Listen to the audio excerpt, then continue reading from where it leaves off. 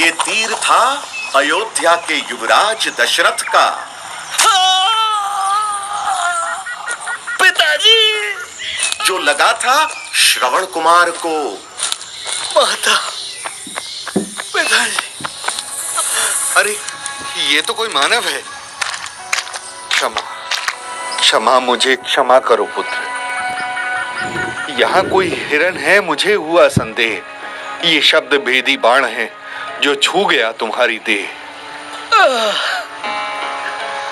क्षमा क्षमा मिलेगी या नहीं, ये करेंगे मेरे माता पिता तय।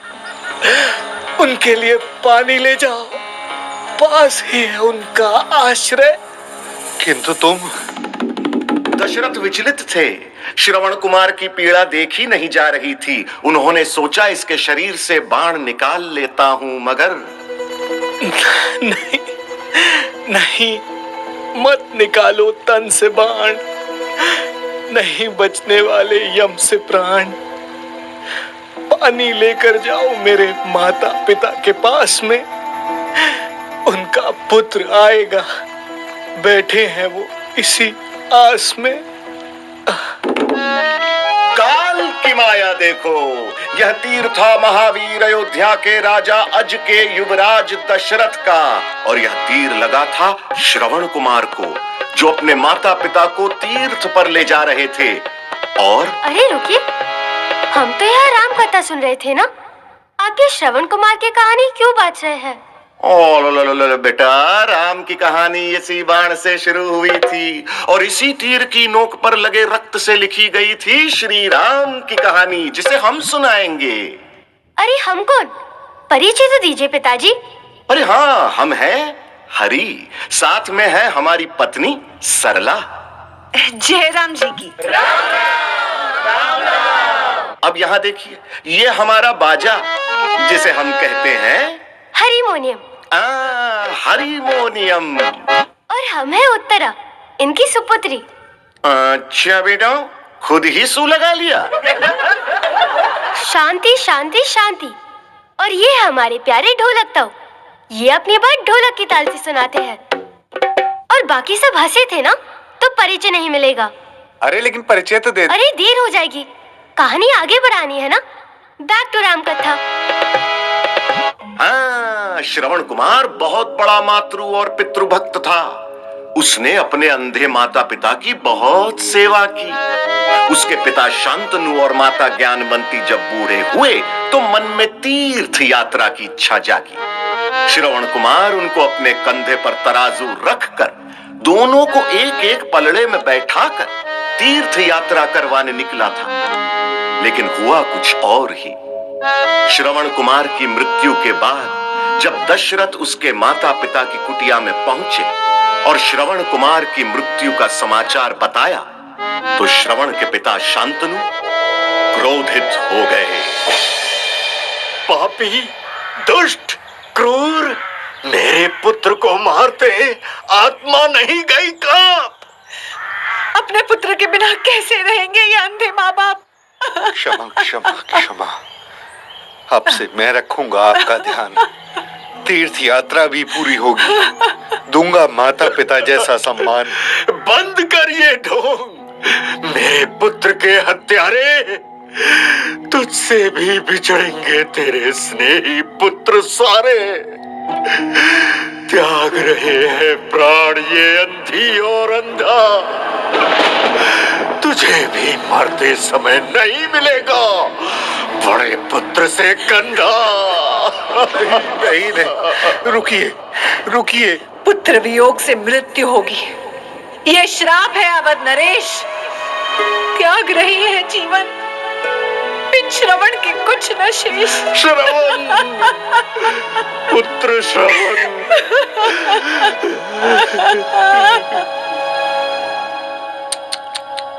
इसी श्राप की नींव पर रामायण खड़ी हुई। कालांतर में श्राप सत्य हुआ। दशरथ की 3 रानियों में से एक कैकेयी को बैठ गया डर कि कहीं उनका पुत्र भरत राजा नहीं बना तो उनको अयोध्या से निकाल देंगे और राजा कौशल्या के बेटे राम को बना दिया जाएगा। इसी डर की, भरम की वजह से कैकेयी ने मांग लिया वरदान कि राम को वनवास हो और भरत बने नरेश। कैकेयी के वरदान में लिपटा था श्रवण कुमार के माता पिता का श्राप, जो अयोध्या के लिए बना अभिशाप। यही इस कथा की सीख है। मन का वहम, दिमाग का भरम करता है पैदा भय, ऐसा डर लाता है दुर्गति। बचने के लिए बोलिए श्री राम सिया की जय। आपने तो कथा की पहले ही सीख दे दी पिताजी। बेटा, श्री हरि की कथा है, आगे से पढ़ो या पीछे से, ज्ञान और सीख ही मिलेंगे। अनंत कथा है, हरि अनंत, हरि कथा अनंत। शीश झुका दशरथ खड़े करते हैं पश्चाताप, क्षमा की क्षमता है नहीं काट सके यह पाप, क्षमा की क्षमता है नहीं काट सके यह पाप। सियावर रामचंद्र की जय, हमारे लखन लाल की जय। पिताजी, श्राप इतना पावरफुल होता है क्या? अरे बिल्कुल होता है, इसीलिए कभी किसी निर्बल का बुरा नहीं करना चाहिए। किसी निर्बल के निर्मल दिल से निकली हाय बड़े बड़े सिंहासन हिला देती है। महाराज हो या युवराज, प्रजा में किसी को गलती से भी कष्ट हो तो दोष राजा पर ही आता है, और राजा ही का धर्म है कि वो होश में आए और दोष को हटाए, सबका दुख मिटाए। और बेटा, बात भरम की हो रही है तो कभी इस भरम में ना रहे कि वो हमेशा राजा रहेगा। वैसे एक क्वेश्चन और, ये श्राप होता क्या है? ज्यादा सोचना श्राप है बेटा, ज्यादा मत सोचो, कहानी के अंत में सब पता चलेगा। माँ स्पॉइलर दो ना, क्या होगा लास्ट में? अंत की शुरुआत तो हो चुकी बेटा। कालांतर में ये हुआ, महाराज दशरथ की 3 रानियां हुई, कौशल्या, सुमित्रा और कैकेयी। कौशल्या कौशल देश के नरेश, अश्वति और सुलक्षणा की पुत्री थी। कौशल्या राजा दशरथ की पहली रानी बनी। उसके बाद सुमित्रा, जो कि काशी प्रदेश की राजकुमारी थी, और ज्यादातर कौशल्या के साथ ही रहती और सौतन होते हुए भी सखी वाला बर्ताव रखती। और इस कथा के लिए बेहद जरूरी राजा दशरथ की एक और रानी कैकेयी, जो कैकेयी प्रदेश की बेटी थी और राजा पर उनका अच्छा प्रभाव था। सब अच्छा था, बस एक दिक्कत थी, तीनों को मुश्किल से बच्चे हुए, लेकिन हुए तो महान बेटे हुए। कैकेयी को एक बेटा हुआ, भरत। सुमित्रा को 2 बेटे, लक्ष्मण और शत्रुघ्न, और कौशल्या को राम। बोलो सियावर रामचंद्र भगवान की जय। लेकिन पुत्र रत्न की प्रसन्नता लंबे समय तक कहां ही भोगने वाले थे राजा दशरथ। रानी कैकेयी को दिए 2 वरदान उनकी दुर्गति का कारण बनने वाले थे। ये 2 वरदानों की क्या स्टोरी है? अरे बेटा, एक बार सेवासुर संग्राम में दुश्मनों ने राजा दशरथ को धूल चटा दी, लेकिन उनकी पत्नी कैकेयी उनके साथ थी। कैकेयी ने राजा दशरथ को सेफली वहां से निकाल लिया। पत्नी साथ हो तो क्या कुछ नहीं हो सकता? हाँ, वो तो है। अरे आप लोग कहानी सुनाइए ना, इधर उधर क्यों जा रहे हो? गलती हो गई बेटा। प्रसन्न होकर राजा ने कैकेयी को वरदान देने की सोची। आपके कारण बच पाया मैं, मिला मुझे जीवन दान, अपने लिए मेरी प्यारी रानी, मांग लो 2 वरदान। पर वो स्मार्ट थी। अरे इसकी क्या आवश्यकता है, मैं हमेशा बचाऊंगी आपके प्राण। और अभी आप रहने दीजिए, कभी और मांग लूंगी वरदान। एक बेसिक क्वेश्चन है, ये वरदान क्या होता है? इस कथा में वरदान और श्राप बराबर है। ऐसा क्यों बोल रहे हैं? समय को अपनी गति से चलने दो बच्चा, पता चल जाएगा। अभी तो राम के राजा बनने का दिवस है। अयोध्या में आज खुशी का माहौल है, राम राजा बनने वाले हैं। युवराज रामचंद्र की जय। अरे जय भैया, चाय तो ले आओ। राम नाम से गूंज रहा अवध का हर घर आज, आज मन में हर्षोल्लास है, राम करेंगे राज, राम करेंगे राज, सियावर रामचंद्र की जय, हमारे लखन लाल की जय।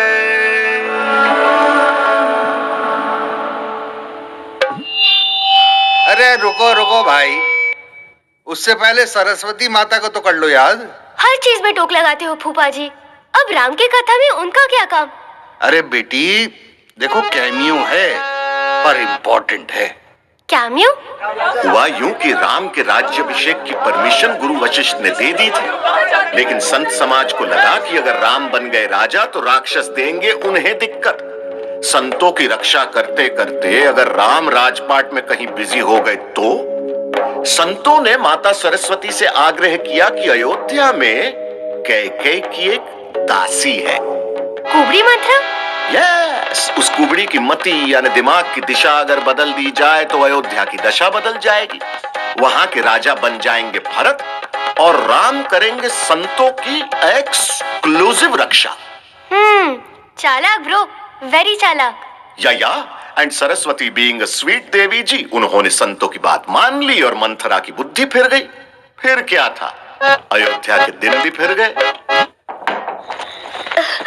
माता कैकेयी, रो रही हूँ, दुखी हो रही हूँ, मन है उदास, मेरी रानी के फूटे हैं भाग।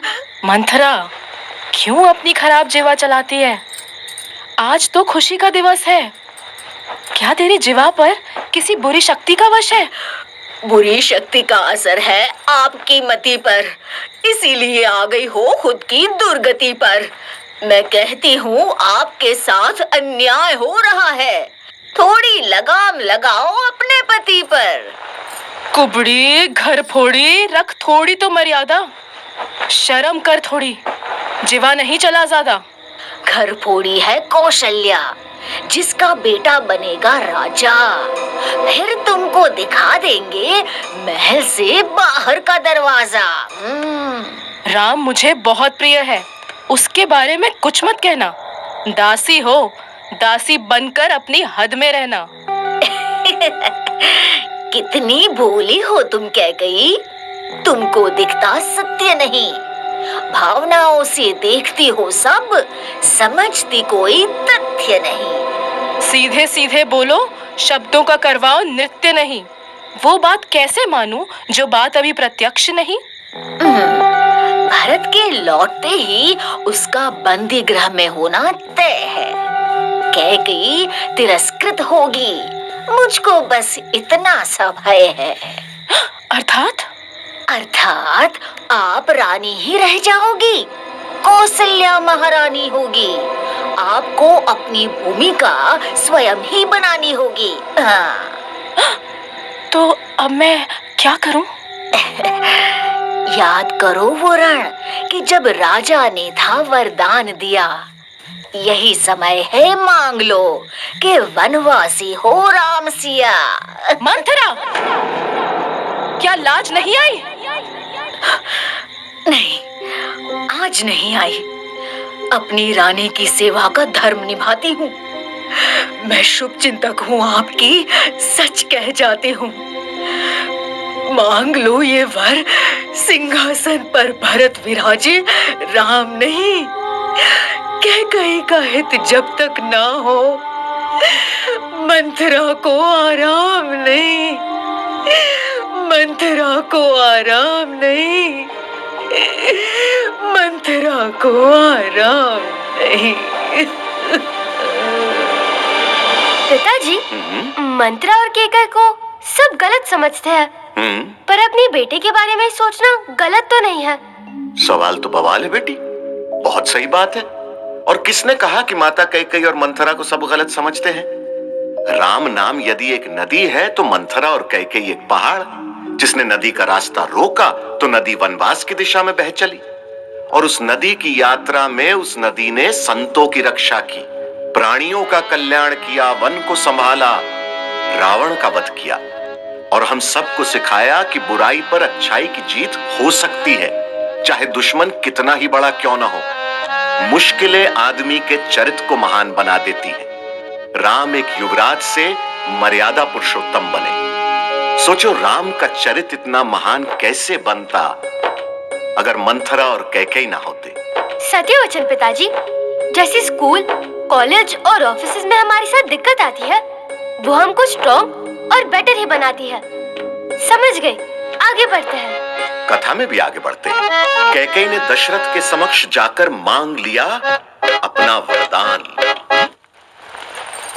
हे राजन, यही समय है, आप मुझे वरदान दें। राम को हो वनवास, भरत को राजा का सम्मान दें। ये क्या कहती हो रानी? ये समय नहीं उपहास का। राम बनेंगे राजा, सुगम दृश्य है इतिहास का। उपहास नहीं, ये बात है मेरे अधिकार की। राजा होकर वचन न पूरा, बात बड़े धिक्कार की। रानी, ये क्या कह दिया आपने?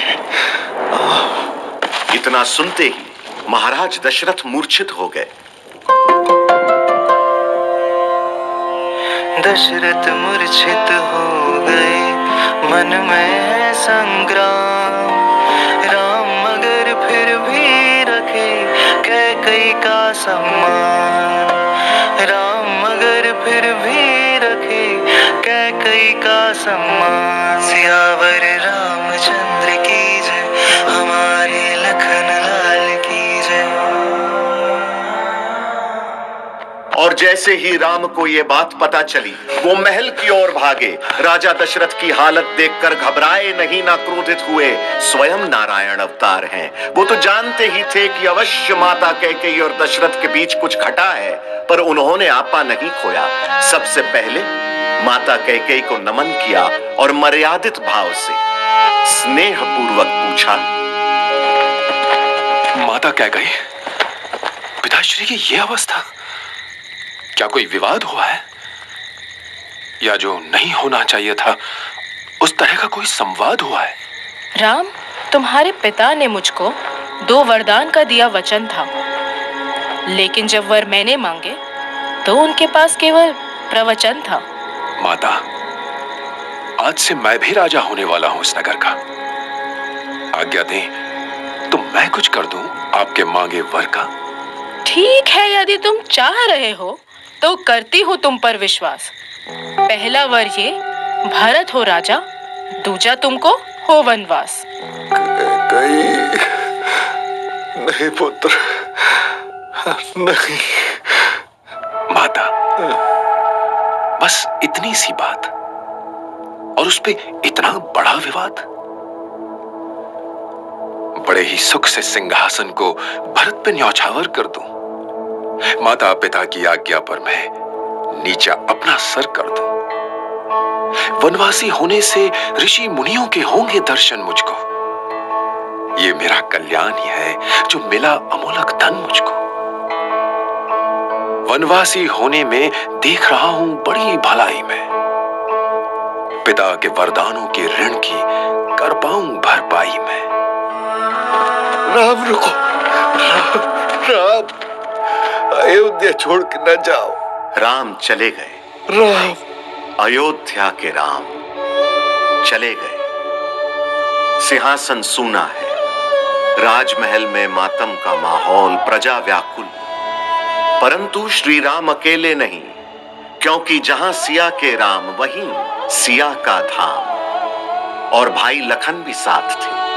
दूसरी माता के बेटे थे लक्ष्मण, पर राम के लिए सबसे पहले वही खड़े हुए। सब समझते थे लखन को क्रोध से भरा, लेकिन थे लखन प्रेम और त्याग से भरे हुए। उम्र में छोटे थे लेकिन कर्म से बड़े थे। उन्होंने प्रतिज्ञा ली, वनवास में हर क्षण सिया और राम की देखभाल करेंगे। लखन ने उस दिन दुनिया को उदाहरण दिया कि आपसी अपनापन खून के रिश्तों से नहीं, मन के प्रेम से आता है। आपस में भाई होने से बड़ा है आपस का भाईचारा। राम नारायण थे तो लखन उनका छत्र बनकर शेषनाग का रूप। आगे राम, बाईं तरफ सीता, दाहिनी ओर लक्ष्मण और पीछे संपूर्ण अयोध्या रोती बिलखती। सरयू नदी से शुरू हुई यह कथा पहुंची गंगा तट पर। शाम हो चुकी थी। कथा आज विश्राम करेगी रिंगरपुर में, जहां के राजा निषाद राज थे, राम के बचपन के सहपाठी। पहली रात वनवास की। श्राप मिला दशरथ को था, पूरा कैकेयी के माध्यम से हुआ, पर भोगना राम को पड़ा। राम और सीता को लक्ष्मण ने जैसे तैसे सुलाया, पर लक्ष्मण सो नहीं पाया। उदास है अपनी पत्नी उर्मिला की याद में। उनका त्याग महान है, भाई की सेवा में सब छोड़ दिया, पत्नी भी। उनकी पत्नी उर्मिला का त्याग और ज्यादा महान है। उसकी तो कोई गलती नहीं थी, लेकिन लक्ष्मण के त्याग को अपना भाग बना लिया। उर्मिला ने लक्ष्मण को जाने दिया। छोड़ देना थाम लेने से ज्यादा बड़ा काम है। जैसे तैसे उस भारी रात की सुबह हुई। तीनों गंगा किनारे पहुंचे। तट पर वो मिले केवट, नाव चलाने वाले से। वो केवट लोगों को इस पार से उस पार ले जाता था, पर आज वो भवसागर को पार पाने वाला था। केवट को उस समय में निम्न वर्ग का समझा जाता था, पर राम के लिए क्या ऊंच और क्या नीच। राम के लिए सब एक समान। राम को था सबके लिए सम्मान। उन्होंने केवट को आदेश नहीं दिया, बल्कि उसे प्रार्थना की। केवट, केवल इतनी प्रार्थना है, अपनी नाव लगाओ किनारे। इतना अगर जो काज करो, ऋणी रहेंगे हम तुम्हारे। सब समझता हूँ, आप हो राम, नहीं हो मनुष्य आम।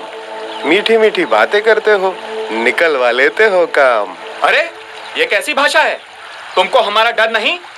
यही न्याय कर देंगे तुम्हारा, जा पाओगे घर नहीं।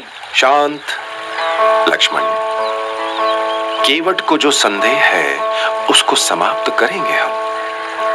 और सोचो, केवट की सहायता के बिना कैसे वो किनारा प्राप्त करेंगे हम। ओके, समझी। राम जी बहुत स्मार्ट थे और शांत भी, एकदम परफेक्ट पुरुष। तुम मायावी लगते हो। चरण तुम्हारे अलग है राम। पाँव मेरी नैया को नुकसान करेंगे, ऐसा मुझको शक है राम। नाव में बैठाऊंगा, पर पहले तुम्हारे चरण धो डालूंगा। चरणों में जो जादू टोना है, पानी से उसे निकालूंगा। ठीक है, समझता हूं। जो भी है तुम्हारे भाव केवट। मैं खुश तो नहीं हूं, पर धो लो मेरे पांव केवट। केवट सब कुछ पा गया, राम के पांव पखार।